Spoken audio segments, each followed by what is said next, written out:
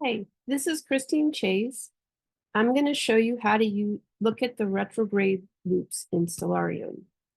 So when I refer to retrograde loops, I'm talking about viewing a retrograde in 2 dimensions. So we always see it in the longitudinal dimension on the zodiac chart. In this case, I'm going to add in the altitude, which is the distance between the planet and the ecliptic, so we can see the true movement of the planet in 2 dimensions. So to start with, I'm going to see the ephemeris to see when Mercury is going retrograde. And this is the astro.com ephemeris from 2025. And the first thing I'm going to do is look at Mercury here. This column is Mercury. This is the longitudinal direction, which is the sign in degrees we could find it along the zodiac. I have the ephemeris version with the declination and latitude, and this latitude right here is what dimension we're going to be looking at to fill out what shape our retrograde loop is. So in January, Mercury was moving direct, and when we look down here at the latitude, we see that it's pretty flat. This is as compared as the distance from the ecliptic. So it's 0, 1. And what you'll find is that all the planets, when they're direct, they aren't necessarily all going to be 0, but they're going to be like a set distance from the ecliptic that they always are traveling along parallel. So this is what we expect to see. We're going to keep going. Now, Mercury did go retrograde in March, but I'm going to skip that one because I'm recording this in May. And I want to know what to expect for the next retrograde, not this past one. So we keep going.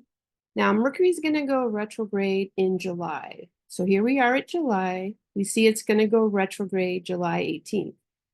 So when I want to draw a loop, I'm going to scroll back to June, and I'm going to see if it stopped being flat before I saw in the retrograde. But here we are, we're at 1 and 0 and everything. So I don't think there's anything to see in June. So I'm going to start recording my retrograde at July 1st. Now we keep on going through here, and we get to the station direct, which is August 11th. So now I'm going to look again at the latitude, and I see that it flattens out pretty quickly after. So I'm just going to make it easy and try to stop my recording around August 31st. So now I'll introduce you briefly to what Stellarium is, in case you're not familiar. So here at stellarium.org, we see,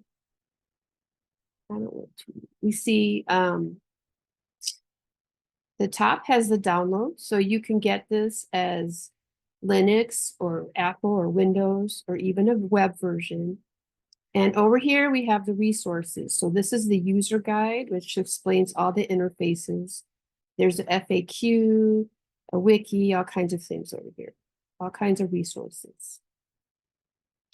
But I already have it installed, so I'm going to move forward to show you Stellarium. Okay, so when you first open Stellarium, it assumes you want to see this nice, well, at least mine assumes I want to see this horizon view looking out so I can see appearances and disappearances of stars, how they look from my location. So we can look at location here. If you have this checked, it'll use your network to find the location to use. I don't live in this particular city, but I'm going to leave it here. And also you see that we're looking out from Earth. So this is a geocentric view. You can actually look from other points of view. So you could see, what the sky looks like from Saturn, for example. But I'm going to stick with Earth and the geocentric chart that we're used to. Here's the time. So this is where I want to set my July. So I can go up here and set July 1st. And I'm going to leave it at this time because it's all approximate, and that's my current time. The next thing, I want to skip this one for now so I can select Mercury, because some of my settings have to do with having the selected planet. So I'm going to select Mercury here, and you know it selected it because it shows you this info, which you can click to turn off. And now I'm going to go in the sky and viewing options. And this SSO stands for Solar System Objects. And I want to show orbits, and I want to show the path. And this path that I'm showing right here, this is the retrograde loop itself. I'm also going to come over here and turn on the ecliptic. And now we can see also the ecliptic, so we can compare our loop to it.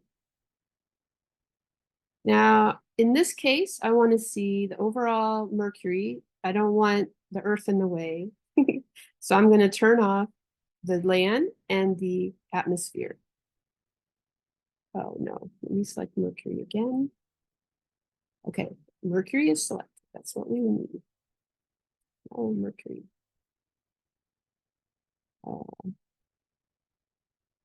Okay, now to make it move, we move it forward.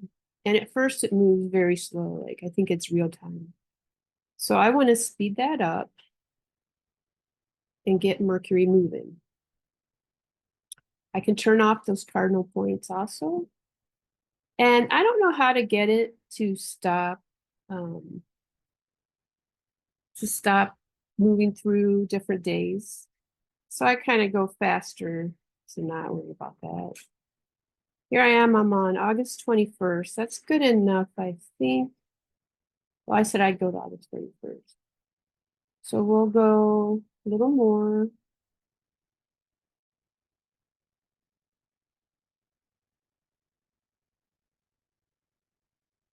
Actually, I will stop here. This is our Mercury loop here. So actually, I'll wait till it rotates a little more.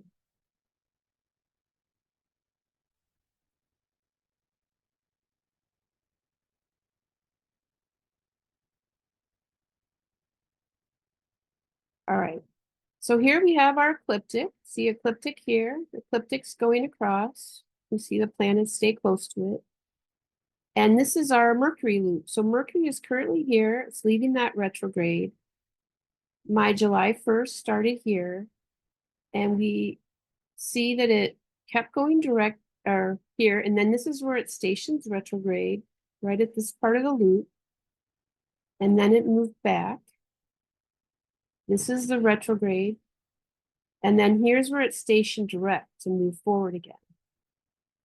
So at this point, we're still in the shadow, but we see that in this retrograde, we had a big move away from the ecliptic. And we probably would feel this one on both sides of the retrograde equally. Let's play a little more here. So going through the day, I want to get past the shadow.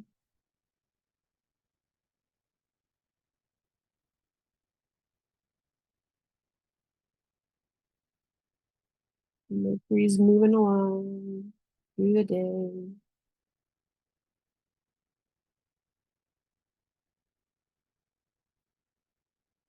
Here's where we meet what's currently thought of as the shadow. We're at our direct route.